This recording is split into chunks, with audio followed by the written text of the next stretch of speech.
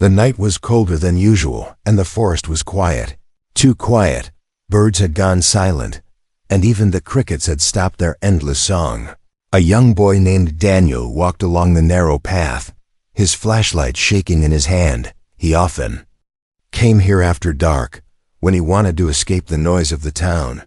But tonight felt different, almost as if the air itself was holding its breath. Daniel paused, listening. At first, he thought it was just the wind moving through the trees. Then he heard it again, a soft sound, almost like a whisper or a cry. His heart skipped.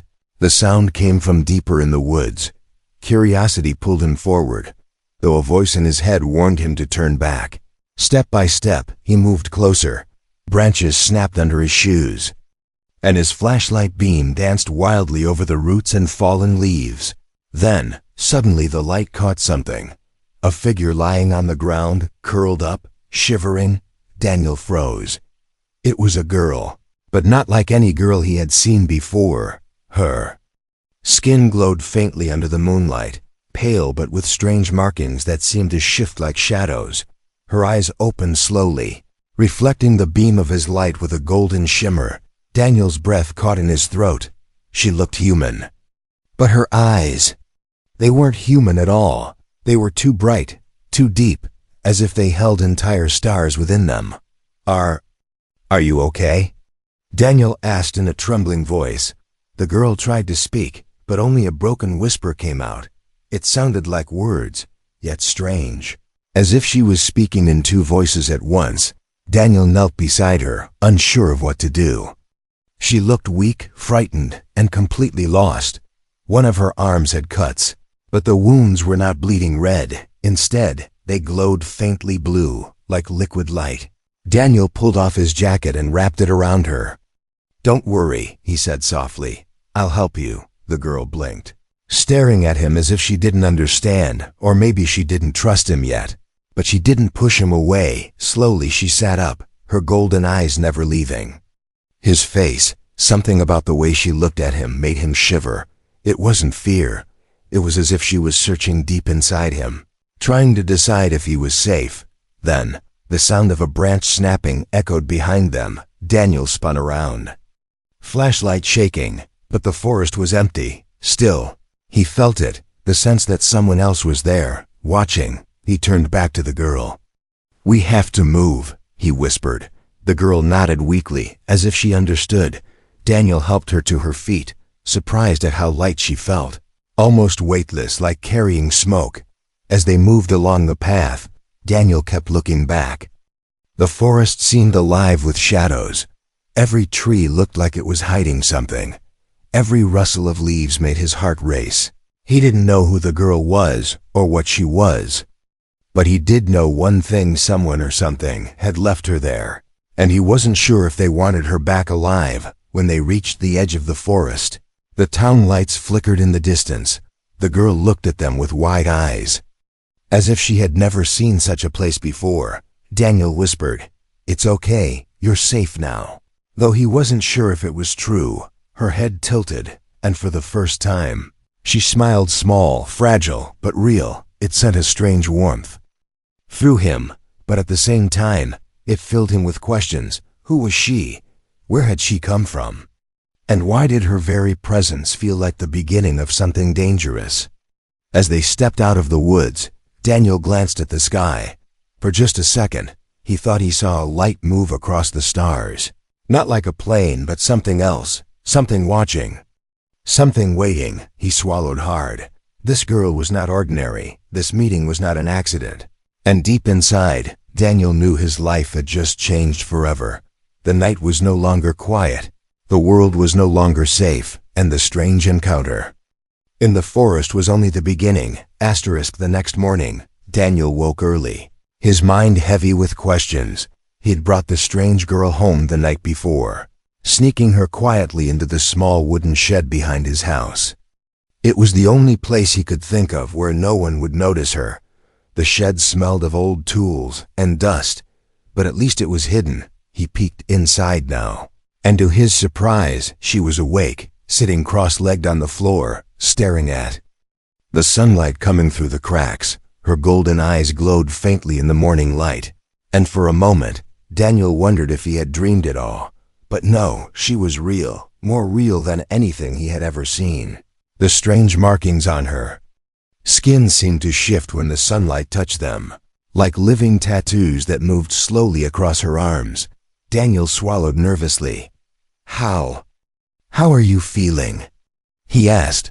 The girl tilted her head, as if trying to understand, and then gave a soft nod. She didn't speak, but her expression seemed calm now, less frightened. Daniel placed a plate of bread and fruit in front of her. She looked at it with wide eyes, then reached out slowly. Instead of eating it like a normal person, she sniffed the bread, touched it carefully, then placed it against her lips.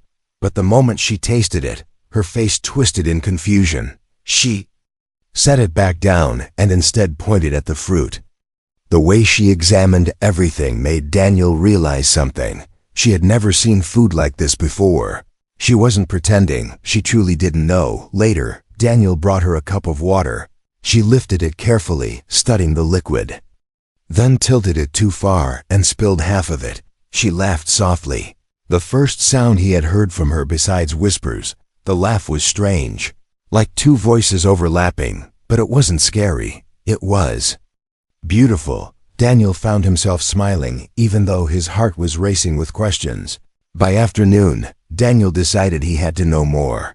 He brought out an old notebook and began pointing at things around the shed, saying their names out loud.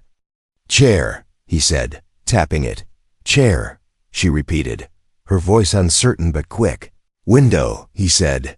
"Window," she echoed, this time clearer. Within minutes, she was repeating words perfectly. It was shocking. She was learning faster than anyone he had ever seen. But as she spoke, Daniel noticed something else. Her voice sometimes slipped, changing into a deeper tone before snapping back. It was as if two languages were fighting inside her throat.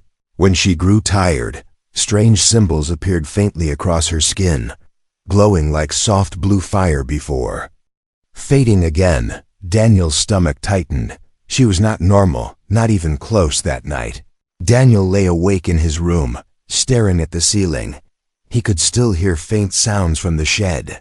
The girl humming softly, almost like a lullaby, but the tune was haunting.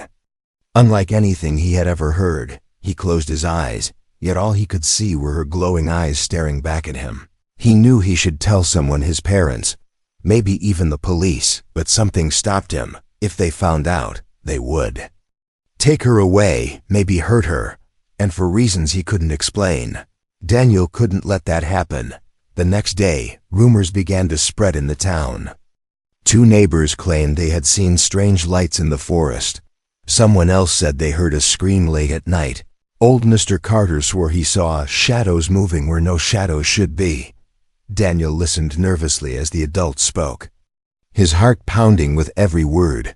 If anyone found out about the girl, it would all be over. That evening, he went to check on her again. She was sitting in the corner of the shed, holding one of his old books, flipping through the pages even, though she clearly couldn't read. When she saw him, her eyes lit up. She pointed at a picture in the book, a map of the stars.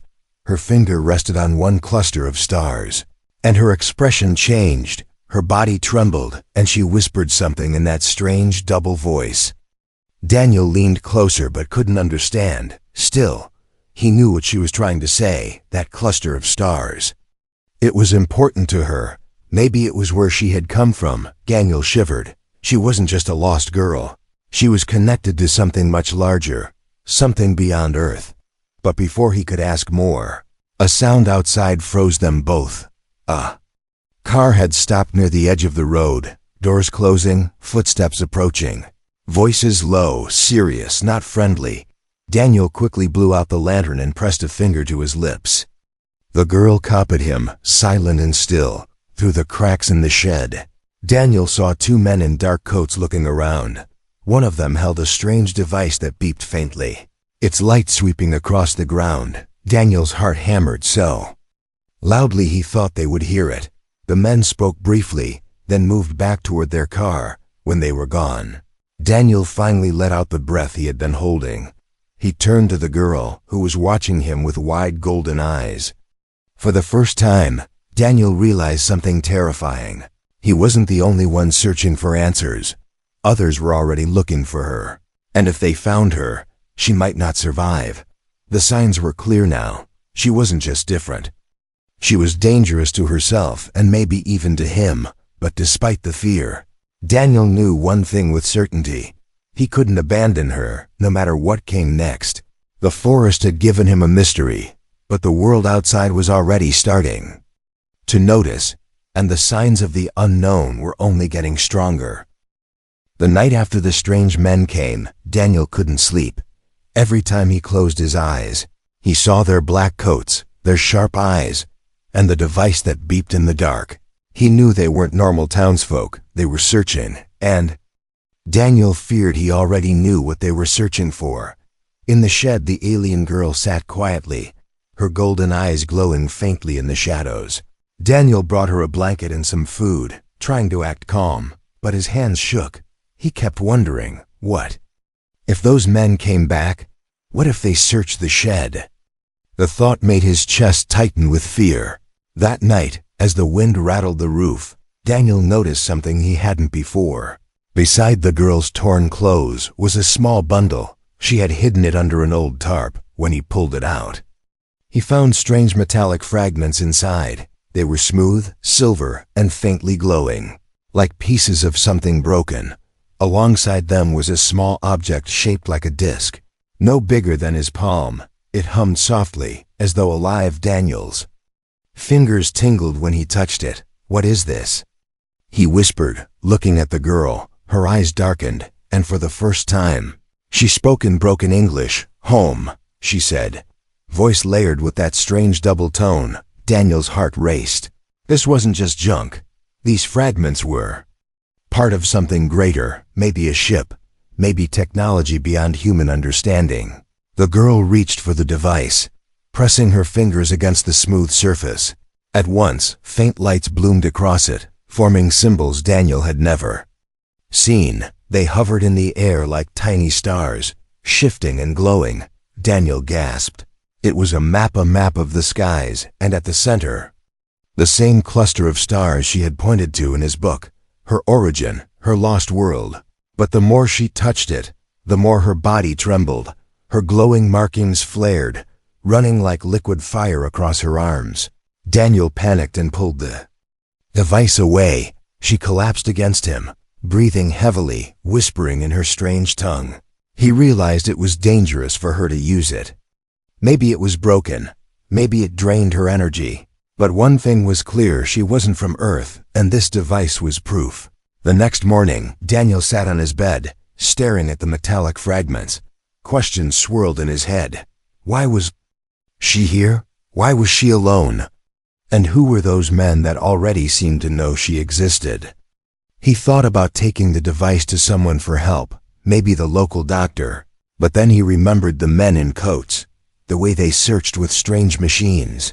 If the government or whoever they were got this, they would take her away, maybe even dissect her. Daniel clenched his fists. No, he couldn't trust anyone. Later that day, Daniel returned to the shed and found the girl studying his family's old radio.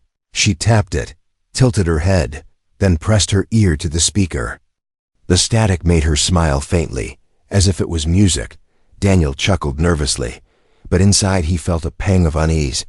What if she could hear things humans couldn't? What if she could pick up signals not meant for Earth? As the days passed, the girl grew stronger. Her English improved quickly, and she began to form simple sentences. "Thank you," she said one night, her voice still layered but softer. Daniel felt a warmth in his chest he couldn't explain. She wasn't just some alien. She was a person, lost and scared, and somehow, he was the only one she trusted.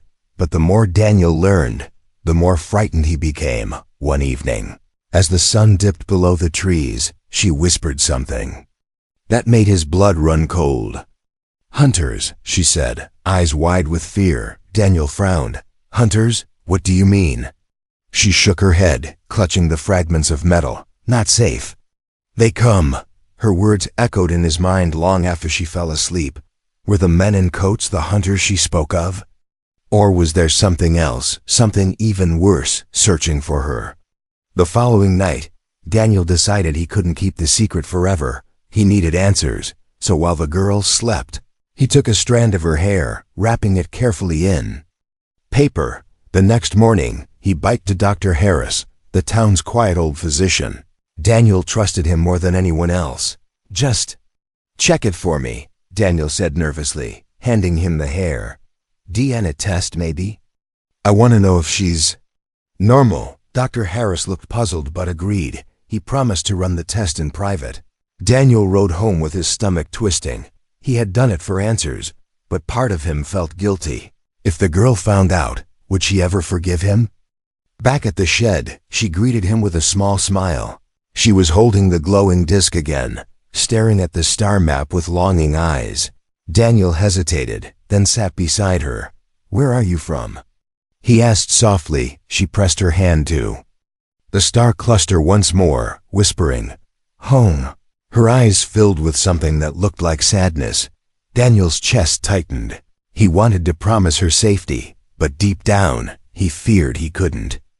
And far away, in the quiet office of Dr. Harris, the test machine beeped. The results scrolled across the screen, half human, half something else, something unknown. Dr. Harris leaned back in his chair, stunned, and outside, a black car rolled slowly past his clinic, its tinted windows hiding the eyes inside. The truth was no longer hidden, and soon everyone would know. Dr. Harris stared at the DNA results on his computer screen, his glasses slipping down his nose. He rubbed his eyes, convinced he was imagining it. Half of the girl's DNA looked human, but the other half, it wasn't anything he had ever seen.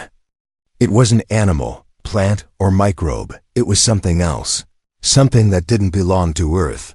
The computer even highlighted the strange sequences in red, as if warning him. He sat back in his chair, whispering, "My God, what have you brought me?" "Daniel?" At that moment, headlights swept across the window of his small clinic. A black car slowed down outside, the same kind Daniel had noticed in the woods. Dr. Harris quickly shut off the screen and pretended to shuffle papers. The car lingered for a moment before moving on. But the doctor's hands were already shaking. He knew this discovery was dangerous. Too dangerous. Meanwhile, Daniel sat in the shed with the girl, his legs pulled close to his chest. The star map device glowed faintly beside her as she traced the symbols with her fingers. He still didn't know her name, and she didn't seem to remember it, so he called her Lyra, after a constellation he had once read about. When he spoke the name, her eyes softened, as if it awakened something inside her. She whispered it back, "Lyra," her voice trembling but warm. For the first time, Daniel felt she was beginning to trust him fully. The next day, Dr. Harris called Daniel to his clinic. His voice was low, urgent. "Daniel, come quickly and alone." When Daniel arrived, the old doctor closed the blinds and locked the door. He showed him the printed DNA results. His eyes filled with fear. "This isn't possible," Dr. Harris whispered. "Your friend is not from here." Daniel's throat went dry, even though he already knew it deep down. "Half of her is human," Harris continued, tapping the paper. "But the rest? This sequence doesn't match any database. It's alien." The word hung in the air like a storm cloud. Daniel's heart pounded. He wanted to deny it, but he couldn't. Everything about Lyra, the glowing eyes, the markings, the strange technology, it all made sense now. But the doctor leaned closer, his voice trembling. "Listen, boy, you must be careful. People will come looking, powerful people. You can't let anyone else see this." Daniel nodded, clutching the papers, but outside, unnoticed, the black car had returned, parked quietly across the street, watching. That evening, Daniel rushed back home, hiding the papers under his jacket. Lyra was waiting in the shed, her eyes glowing faintly in the dark. She tilted her head when she saw his pale face. "What wrong?" she asked, her words sharper now, her English improving fast. Daniel hesitated, then whispered, You're not from here, are you?" Lyra went silent, her golden eyes narrowing as if she already knew the answer. Slowly she touched her chest and whispered, "Different." Yes, different. Her hands trembled as if the word hurt her. Before Daniel could say more, headlights flashed through the cracks of the shed walls. A car had stopped nearby, doors slamming shut. Daniel froze, listening. Voices carried through the night low, commanding. Lyra's markings flared faintly as fear spread across her face. "They find me," she whispered, clutching his sleeve. Daniel's chest tightened. The hunters had come. He blew out the lantern and pulled her toward the back door. They slipped into the trees, moving quickly but silently. Behind them, footsteps crunched on gravel, heavy and sure. Flashlights cut through the darkness, beams sweeping across the yard. Daniel's heart thundered in his ears, but he held Lyra's hand tight, guiding her deeper into the woods. The hunters' voices grew closer, one of them barking orders. "They're near, find them." Daniel and Lyra ducked behind a fallen log. Holding their breath, through the trees, he saw the black-coated men again. The same device in one man's hand. It beeped steadily, louder when pointed in their direction. Daniel's stomach dropped. They weren't guessing. They had technology that could track her. Lyra squeezed his hand, whispering in her broken English, "No safe." "Must go far." Daniel nodded, even as fear clawed at him. He didn't know how far they could run. But he knew one thing, he couldn't abandon her. The men passed dangerously close, their lights brushing over the trees. Daniel and Lyra waited until the voices faded, then slipped further into the forest. They didn't stop until they reached the old riverbank, the water rushing loudly in the moonlight. Lyra knelt by the water, trembling, her markings glowing faintly blue. Daniel placed a hand on her shoulder. "I'll protect you," he whispered. Though he wasn't sure how, she looked at him with those golden eyes. And for the first time, tears formed, glistening like liquid gold. "Why, help me?" she asked softly. Daniel swallowed. "Because you're not alone anymore." Far away, back at Dr. Harris's clinic, the men in black coats entered silently. The doctor tried to hide the test results, but they already knew. One of them picked up the printed DNA papers, studying them with a cold smile. "Found you," he muttered. They left as quietly as they came, leaving Dr. Harris shaken and afraid. He knew the boy was in danger now, but it was too late. The hunters had the proof they needed. And in the forest, under the silver moon, Daniel and Lyra sat together, unaware that their secret was no longer hidden. The DNA test had changed everything. The hunters would not stop, and soon, Daniel would be forced to choose protect her at any cost, or lose her forever. The night air was sharp and cold, and every sound in the forest seemed louder than before. Daniel's lungs burned as he ran, pulling Lyra along the narrow path. Her golden eyes flickered in the moonlight, fear written across her face. Behind them, faint voices echoed through the trees, steady and determined. The hunters were close, too close. Daniel's heart pounded. He had never been chased before, not like this. But the thought of losing her, of those men taking her away, pushed him forward.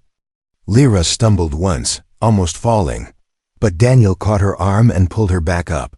"Keep going," he whispered urgently. She nodded, though her body trembled with exhaustion. They finally stopped near the ruins of an old cabin, its roof half collapsed in walls eaten by moss. Daniel guided her inside, helping her sit against the wooden beams. Her markings glowed faintly blue, pulsing in rhythm with her quick breaths. Daniel crouched beside her, whispering, "We'll rest here." For a minute, but even as he said it, he knew rest was dangerous. Outside, the crunch of boots on leaves drew closer. Flashlights flickered across the forest floor, sweeping back and forth like searchlights. The hunter's device beeped steadily, louder each second. "They're near," one voice said, cold and certain. Daniel's chest tightened. They couldn't stay here, not for long. Lyra looked at him, her eyes shining. "Danger." "They not stop," she whispered in broken English. Daniel clenched his fists. He didn't know why these men wanted her, but he could feel it. They wouldn't treat her like a person. To them, she was an object. A secret to capture and control, and he couldn't let that happen. Suddenly, one of the hunters stepped into the clearing outside the cabin, his flashlight slicing through the broken wood. Daniel froze, holding his breath. The beam of light moved slowly across the walls, stopping just inches from Lyra's glowing eyes. At the last moment, the hunter turned away. Walking toward the riverbank, Daniel exhaled softly, his hands trembling. "That was too close," he whispered. They slipped out the back, moving deeper into the forest. Every step felt heavier, but Daniel refused to stop. The trees grew thicker, and the path twisted. But he knew this forest better than anyone, if he could lead them to the abandoned mine. On the far side, maybe they could hide long enough to escape. As they ran, Lyra suddenly stumbled again, collapsing to her knees. Her skin glowed brighter now, as if her body was fighting itself. Daniel knelt beside her, panic flooding him. "What's happening?" he whispered. Lyra shook her head, clutching her chest. "Too close, device." "They find me," she gasped. Daniel looked over his shoulder and saw the beeping machine through the trees, its red light glowing like an eye. The hunters were locked onto her. Daniel pulled her arm over his shoulder and half carried her forward. His legs screamed with effort, but he kept moving. The sound of shouting grew louder behind them. "They're running east." A hunter barked. Branches snapped, and dogs began to bark in the distance. Daniel's fear doubled. Dogs would track them faster than machines. They reached the mouth of the abandoned mine just as moonlight broke through the clouds. Daniel pushed Lyra inside, the darkness swallowing them. The air was damp and cold, the smell of earth thick around them. He guided her deeper until they were surrounded by silence and shadows. Only their breathing echoed against the stone walls. Lyra leaned against him, her body weak. She whispered something in her strange double voice, the alien language spilling out like a song. Daniel didn't understand, but the sorrow in her tone made his chest ache. He touched her shoulder gently. "We'll make it out, I promise." Her golden eyes met his, and for the first time, she didn't look just afraid, she looked hopeful. But hope was fragile. From the mine's entrance, flashlights flickered again, cutting into the dark. The hunters had found their trail. Daniel grabbed a loose rock and threw it deeper into the mine, the sound echoing loudly. The hunters shouted and split up, some chasing the noise. Daniel used the chance to pull Lyra into a narrow side tunnel. They pressed against the wall, holding their breath as boots thundered past. Minutes felt like hours, but finally the voices faded. Daniel's whole body sagged with relief. For now they were safe, but he knew it wouldn't last. The hunters were organized, relentless, and equipped with technology beyond anything Daniel had seen. This wasn't just a game of hide and seek, this was survival. As dawn's first light touched the forest, Daniel and Lyra slipped out of the mine. The world felt quieter, but the silence was dangerous. They could no longer stay near town. Daniel realized something harsh as home. His family, even Dr. Harris, none of it was safe anymore. If he stayed, he would lead the hunters right to everyone he loved. He clenched his fists, looking at Lyra. "We have to go far," he whispered. "Far away." She nodded slowly, her eyes filled with trust. For the first time, Daniel felt the weight of what he had chosen. He wasn't just protecting her, he was leaving everything behind. Somewhere beyond the trees, the hunters regrouped. Their leader stared at the blinking device in his hand, a thin smile forming. "They can run," he said coldly, "but they can't hide," and in the heart of the forest, the chase had only just begun. The forest stretched endlessly, its shadows thick even under the morning sun. Daniel pushed forward, his legs aching, but he refused to stop. Lyra leaned against him, her body still weak, though her glowing markings pulsed faintly with every step. They had been running for hours, hiding when they could, moving when the hunters drew closer. Daniel's mind raced with fear and questions. How long could they keep running? How far could they go before the hunters caught up? By midday, they found a clearing quiet and calm. Daniel guided Lyra to a fallen tree where she could rest. He crouched beside her, brushing sweat from his forehead. Her golden eyes watched him carefully, almost searching. Why? Help me? She asked softly, her voice steadier than before. Daniel hesitated. He wanted to say he didn't know, but that wasn't true. He couldn't stand the thought of leaving her alone. You deserve to live, he whispered. You don't deserve to be hunted. Lyra's eyes softened, and for the first time she reached out, her hand trembling as it touched his. But the moment was short-lived. Her body stiffened suddenly, her markings glowing brighter than ever before. She gasped, clutching her head, and strange symbols appeared faintly in the air around her, glowing blue like fragments of light. Daniel panicked. Lyra, what's happening? She shook, whispering in her alien tongue, her double voice trembling. Then, her words shifted into English, broken but clear. I remember, she gasped, her golden eyes wide. I remember. Daniel leaned closer, his heart pounding. Remember what? He asked quickly. Lyra looked up at the sky, her voice trembling. My people. My ship mission, she whispered. Her breathing grew faster, her glowing skin brightening as the memories poured back. I was sent to Earth, she said. To live. To be bridge between worlds. Daniel's mind spun. A bridge? A mission? What happened? He pressed, desperate for answers. Her eyes darkened, filled with sorrow. Ship. Broken, attacked, she said. I was lost, left behind. Her voice cracked, and for a moment, she looked like a scared child. Daniel felt a pang in his chest. She hadn't just been abandoned, she had been betrayed. The blue symbols hovering around her flickered, forming shapes Daniel almost recognized. One of them looked like the same star cluster from the glowing disk. Her home, her world. Then the light faded, leaving her trembling and pale. Daniel steadied her, whispering, It's okay, you don't have to say more. But Lyra shook her head. You must know, she insisted, her voice firmer now. My people sent me to test humanity, she whispered, to see if humans can be trusted, if humans can protect. Daniel's chest tightened. He thought of the hunters, the black cars, the cold voices. If they were humanity's test, then the answer was already failing. But Lyra looked at him, her golden eyes glowing with a fragile hope. You. Different, she whispered. You saved me.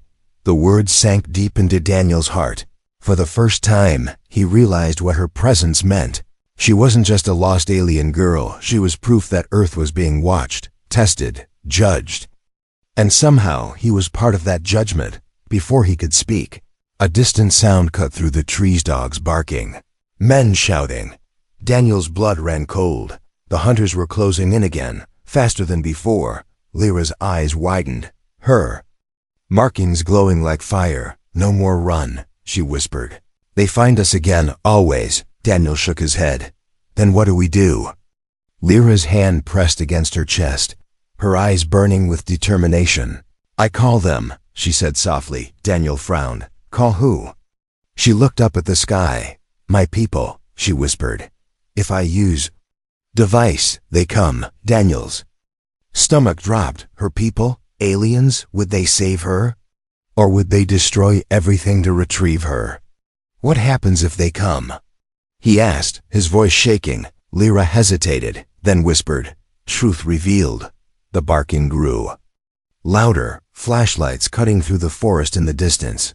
Daniel's heart raced, torn between fear and trust. If she used the device, everything would change his life, the town, maybe the whole world. But if she didn't, the hunters would catch her, and he would lose her forever. Do it, Daniel whispered finally, his voice firm despite the fear. Lyra nodded weakly, pulling the glowing disc from her torn clothes. The device pulsed as her fingers touched it, symbols blooming in the air. She whispered in her alien tongue, her voice echoing like two voices layered as one. The forest itself seemed to shiver, the air buzzing with strange energy. Suddenly, the sky above them shifted, stars flickering unnaturally. A faint hum spread through the trees. Low and powerful, Daniel looked up, his breath catching in his throat. Far above, a shape appeared in the clouds, a massive shadow, glowing faintly with blue lights. A ship, her people's ship. Lyra's body sagged, the effort draining her. Daniel caught her before she fell, holding her close. "You did it," he whispered, staring in awe at the sky. But Lyra shook her head faintly, her golden eyes heavy. "No. Not safe yet," she murmured. "Now." They know, and in the distance, the hunters stopped in their tracks, staring upward. Their leader's face twisted into a grim smile. "So," he muttered, "the aliens finally show themselves." The truth was out. The test was no longer hidden, and the revelation would change everything.